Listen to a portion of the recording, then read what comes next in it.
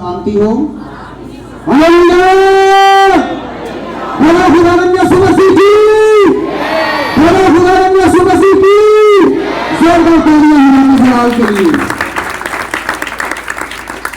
मैं शुक्रगुजार हूँ खुदा बाप, खुदा बेटे और खुदा पाक रूह का कि जिनके फजल से हम सब यहाँ पर मौजूद हैं, और उसके बाद अपने बुजुर्ग उस्ताद खुदा के हादिम का कि जिनकी वजह से आज मैं खुदा के कलाम को आप सब तक शेयर करने को हूँ। तमाम सलीबी कलमात के लिए मैं खुदावंद की शुक्रगुजारी करता हूँ कि जो कलमात बयां हो चुके हैं और जो बाकी रह चुके हैं, जो होने को हैं, मैं उनके लिए खुदावंद की शुक्रगुजारी करता हूँ। आए मेरे साथ निकालें कलाम मुकद्दस में से मुकद्दस यूहन्ना रसूल की अंजील, उसका 19 बाब और उसकी 30 आयत। मुकद्दस यूहन्ना रसूल की अंजील, उसका 19 बाब और उसकी 30 आयत। कलाम खुदा में हमारी हदायत और रहनुमाई के लिए कुछ यूं लिखा है। आज का छठा कलमा, बस जब यीशु ने वो सिरका पिया तो कहा कि तमाम हुआ और सर झुकाकर जान दे दी। कलाम खुदा का पढ़ा और सुना जाना हम सब के लिए बायस बरकत हो। खुदावंद का शुक्र हो, आमीन। जैसा कि हम सब जानते हैं कि छठा कलमा फतहमंदी का कलमा है, बहाली का कलमा है, आजादी का, रिहाई का कलमा है। और यीशु मसीह ने एक बड़े मिशन को, एक बड़े मकसद को, अपने बाप की मर्जी को यहां पर पूरा किया है और फरमाया, कलमा बयान किया अपनी जुबान मुबारका से कि तमाम हुआ वो बड़ा मिशन कि जो बाप ने अपने बेटे को दिया था। और वो मिशन क्या था? वो मिशन था कि गुनहगार इंसान गुनाहों से रिहाई पाए। याद रखें कि आदम की जितनी भी नस्लें हैं, बेशक वो हमसे पहले थी, जो अब मौजूद है या आने वाली होंगी, वो गुनाह के अंदर थी।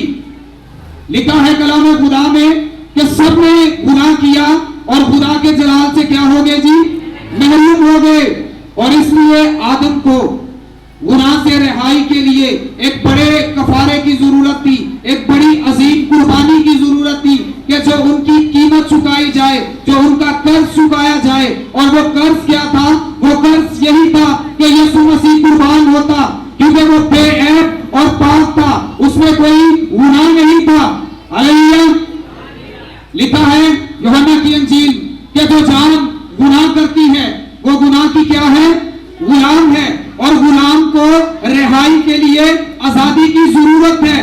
और इस आजादी को पूरा करने के लिए, इस आजादी को रिहाई देने के लिए कफारे की जरूरत थी। तो यीशु मसीह ने कोहे कलवरी पर हमारे गुनाहों के लिए दिया।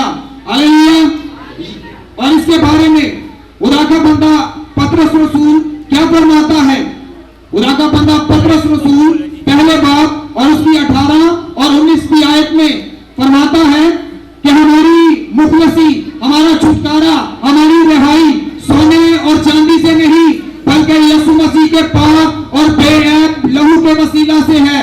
हालेलुया। और यूहन्ना आरिफ जब यीशु मसीह को देखता है तो फरमाता है कि देखो ये है खुदा का बर्रा कि जो जहान के बुराइयों को उठा लिया जाता है। हालेलुया। ये है एक बड़ी कुर्बानी कि जिसके बारे में खुदा के हदाम, रसूल, शागिर्द गोली देते हैं कि ये है खुदा का, जरा सब बोलेंगे, ये है खुदा का बर्रा। हम सबके लिए याद रखें कि कोई मेरी तरफ ना देखे कि ये हमें अच्छा नहीं लगता, इसका लबो लबाब हमें अच्छा नहीं लगता, इसकी पर्सनैलिटी हमें अच्छी नहीं लगती। अगर आज देखना है तो उस बड़े कफारे को देखे, आज देखना है तो उस बड़ी सलीब को देखे कि जिस पर हमारे गुनाहों के लिए वो फिदिया दिया गया। हालेलुया। कि ये है खुदा का बर्रा कि जो जहान के गुनाहों को उठा लिए जाता है।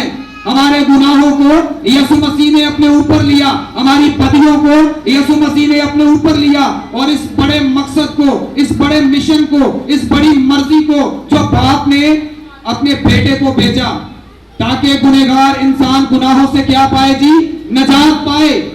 और खुदा का बंदा पौलुस रसूल आज़म क्या फरमाता है कि आसमान के तले, जमीन के ऊपर आदमियों को कोई दूसरा नाम नहीं बख्शा गया, वाहिद यीशु नाम है कि जिसके वसीला से हम क्या पाते हैं? नजात पाते हैं। जरा सब बोलेंगे, क्या पाते हैं जी? नजात पाते हैं। हालेलुया।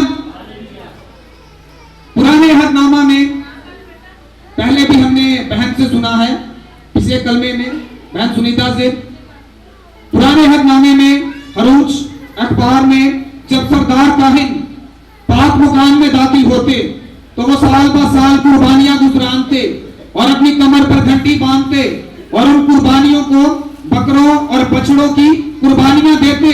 लेकिन याद रखें कि बकरों और बछड़ों की कुर्बानियों में रिहाई नहीं, मुखलसी नहीं, नजात नहीं, छुटकारा नहीं। अगर है तो वो सिर्फ यीशु मसीह के लहू में है, जो पाक है, जो बेऐब है, जिसमें बदी नहीं, जिसमें गुनाह नहीं, जिसमें हता नहीं। लिखा है कि वो अपना ही, इब्रानियों 9 बाब लिखा है कि वो अपना ही खून लेकर पाक मकाम में चला गया और उसने इंसान की हमेशा की खलासी करवाई। कि जो इंसान गुनाह के अंदर था, जो इंसान बदी के अंदर था, जो इंसान खुदा से जुदा हो चुका था। याद रखें कि जब बागे अदन में गुनाह हुआ तो गुनाह की पैदाइश हुई, तो पैदाइश से लेकर मलाकी तक बहुत से नबी, बहुत से रसूल, बहुत से हादिम, बहुत से पैगंबर, बहुत से उस्ताद आए। मुर्दे भी जिंदा करते हैं, लंगड़ों को भी चलाते हैं, कोड़ी भी पाक साफ किए जाते हैं, घर में गुर्बत भी खत्म की जा रही है, कर्ज भी उतारे जा रहे हैं। लेकिन किसी ने हमेशा की जिंदगी नहीं दी, लेकिन किसी ने हमेशा की हलाकत से निकालकर हमेशा की जिंदगी में दाखिल नहीं किया। अगर किया है तो वो मेरे और आपके यीशु मसीह ने किया है, क्योंकि उसके नाम में कुदरत पाई जाती है, उसके नाम में इज्जत और जलाल है। हालेलुया। सब कहेंगे हालेलुया। यीशु मसीह की एक बड़ा कफारा है जो यीशु मसीह ने हमारे गुनाहों की खातिर दिया। इसलिए हमें भी चाहिए कि हम उसके जख्मों की कदर करें, हम उसके कफारे की कदर करें, ताकि हमारा खुदा जिसने हमारे लिए जान दी वो रुस्वा ना हो कि मैंने कहीं ऐसा तो नहीं कि मैंने अपना लहू बेफायदा बहा दिया। हालेलुया।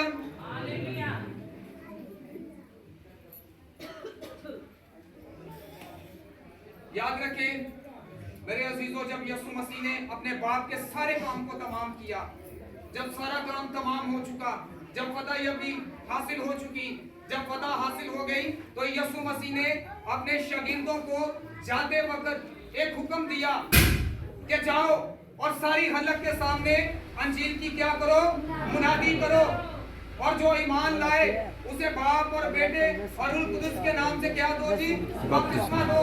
आज कितना हम मसीह के कलाम को फैलाते हैं, आज कितना हम मुशफरी के कलाम को फैलाते हैं। आज हमारा नजरिया ये है कि सिर्फ पादरी, पास्टर, खुदा के हदाम, ये इनका काम है। लेकिन जब यीशु मसीह ने अपने बाप के मिशन को पूरा किया, अपने बाप के काम को पूरा किया, तो फिर हमारे जुम्मे ये बात लगाई, ये हुक्म हमें दिया कि जाओ, अब तुमने घरों में नहीं बैठना, अब तुमने गलियों के मोड़ों पर नहीं खड़े होना, बल्कि तुमने जाना है और सारी हलक के सामने अंजील की क्या करनी है? मुनादी करनी है। आज हम सबको पता है कि हम किस जगह पर खड़े हैं। हमें चाहिए कि जो हुक्म बाप ने बेटे को दिया वो एक बहुत अजीम कुर्बानी थी, वो अजीम कफारा था जो हमारे गुनाहों के लिए दिया गया। और जब उस मिशन को पूरा कर लिया, जब उसको तमाम कर लिया, तो यकीनन हम पर भी ये हुक्म सादिर हुआ कि तुमने इस बड़े कफारे को लेकर आगे जाना है। जिस तरह रसूलों ने किया, जिस तरह शागिर्दों ने किया, जिस तरह हादमीन ने किया, आज हमें भी चाहिए कि इस बड़े कफारा में शामिल हो और अंजील की मुनादी को घर घर तक पहुंचाएं। अक्सर हम गीत भी गाते हैं कि अंजील को फैलाना ये काम हमारा है, फरिश्तों का नहीं, बल्कि हमने अंजील की मुनादी करनी है। और ये अल्फाज किसी आम शख्स के मुंह से नहीं निकले, बल्कि उस अजीम हस्ती के मुंह से निकले हैं कि जिसने इस बड़े कफारा को पूरा किया है। और उसी ने हुक्म दिया है कि जाओ, सारी हलक के सामने अंजील की क्या करनी है जी? मुनादी करनी है। इसलिए हमने वक्त रहते, लिखा है कि कल की बाबत घमंड न कर, क्योंकि तू नहीं जानता कि एक ही पल में क्या हो जाएगा। इसलिए आज से ही हमने इस कुर्बानी को याद रखना है और इस बड़े हुक्म को जो खुदा ने हमें दिया है, हमने इस हुक्म पर अमल करना है और अपनी जिंदगियों को खुदा की इस बड़ी कुर्बानी के लिए, इस बड़ी याद के लिए गुजारना है। खुदा कर इस कलाम के वसीला से खुदा हमें बरकत और सलामती दे।